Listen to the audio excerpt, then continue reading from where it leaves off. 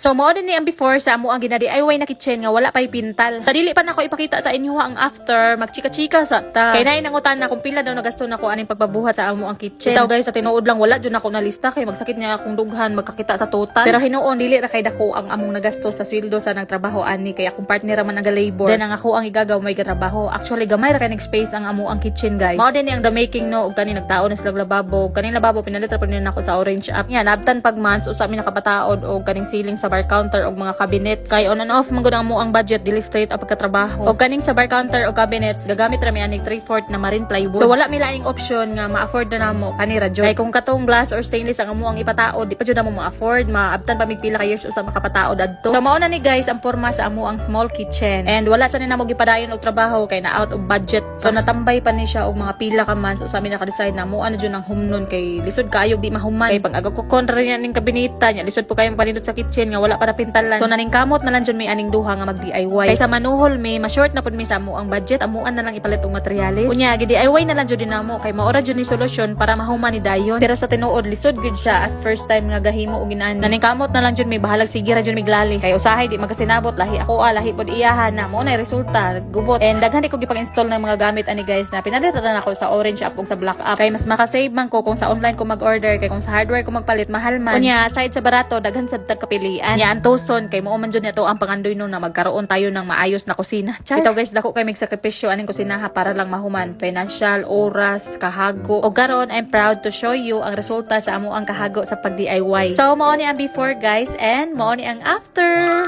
Simple ra jud kayo ni nga kitchen guys kay gamay ra man ni siya. Hindi po ta kaingon nga perfect ni kay wag ni namo na perfect pagkatrabaho. And na siya something kulang diha kaning space, butanganan na siya sa refrigerator pero wala pa mi ref karon. Manifesting pa nga maka-afford na unta mi makapalit og ref. So kaning mga lights guys sa black up ra ko ni napalit aside aning mga pin light gikan na sa City Hardware. And usa jud sa makapanindot sa ato ang kitchen kaning mga lights. That's why apil na jud na sa ako ang plano nga magka-kitchen gali ko butangan jud ako daghang lights. So nalipay jud ko og nagpasalamat kayo nga nahuman ra jud namo pinaagi sa pag-DIY. Nga pagtuon namo nga imposible namong mabuhat pero nakaya ra jud di ay. Unya abi bitaw ninyo dili naman jud ta ko ni gustong i-flex kay maalaan niya taghambugira or naabay masuya. Pero i-post na lang oy para makabawi sad ta sa gasto. Basin di ay mag-viral ning video. Char. Bitaw oy para sa mga nangandoy og tarong og nindot na kusina puhon kamo na pod.